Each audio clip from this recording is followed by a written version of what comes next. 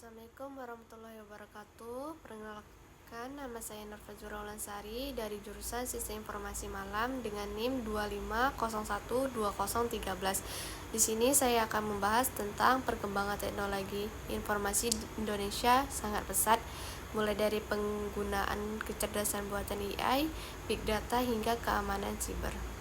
Berikut akan saya lampirkan PPT-nya. Nilai-nilai Pancasila dapat menjadi pedoman etis dalam pengembangan teknologi informasi dengan cara ketuhanan Yang Maha Esa, mendorong pengembangan TI untuk menjunjung kejujuran, keadilan, dan menghindari penyalahgunaan teknologi yang merugikan manusia.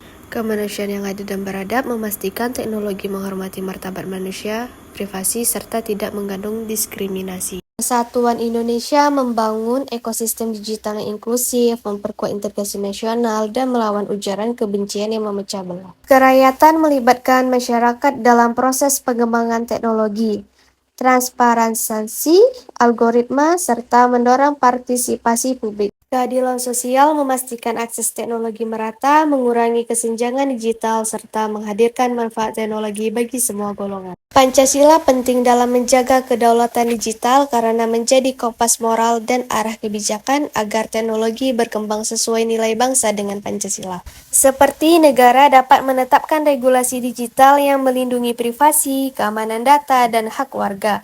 Dan mengembangkan teknologi tidak hanya mengejar keuntungan, tetapi juga menjaga persatuan, keadilan, dan etika. Infrastruktur dan ekosistem digital dibangun secara mandiri dan berdaulat, tanpa bergantung penuh pada pihak asing. Seperti satu kasus yang saya angkat, sebuah perusahaan aplikasi kesehatan digital mengumpulkan data medis pengguna, namun kemudian mereka menjual data tersebut kepada pihak ketiga tanpa izin, sehingga data sensitif bocor dan mengakibatkan pengguna mengalami diskriminasi dalam pekerjaan maupun asuransi.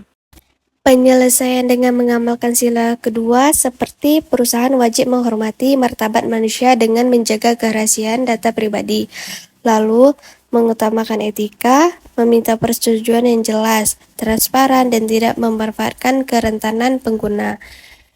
Penyelesaian dengan mengamalkan sila kelima seperti membuat kebijakan yang menjamin akses informasi kesehatan yang aman dan merata tanpa memicu ketidakadilan. Lalu, pemerintah menegakkan aturan perlindungan data, serta mendorong ekosistem digital yang tidak merugikan kelompok rentan. Prinsip keadilan sosial bagi seluruh rakyat Indonesia dapat diterapkan seperti 1. Pemerataan infrastruktur, membangun jaringan internet hingga daerah terpencil dan pelosok. Kedua, subsidi dan akses terjangkau, seperti menyediakan perangkat, kuota internet, dan layanan digital dengan harga terjangkau bagi keluarga berpenghasilan rendah.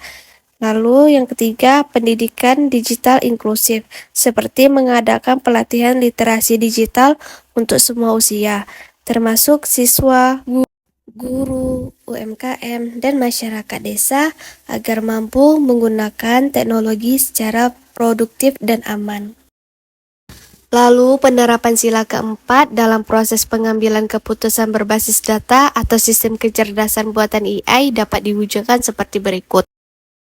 Partisipasi publik ketika membuat kebijakan atau sistem AI, suara masyarakat, terutama pihak yang terdampak, harus dilibatkan melalui konsultasi, survei, forum diskusi, atau uji publik.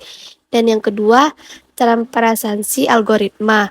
Proses pengambilan keputusan AI harus dijelaskan secara terbuka, bagaimana data dikumpulkan, bagaimana model bekerja, dan apa dasar keputusan yang dihasilkan.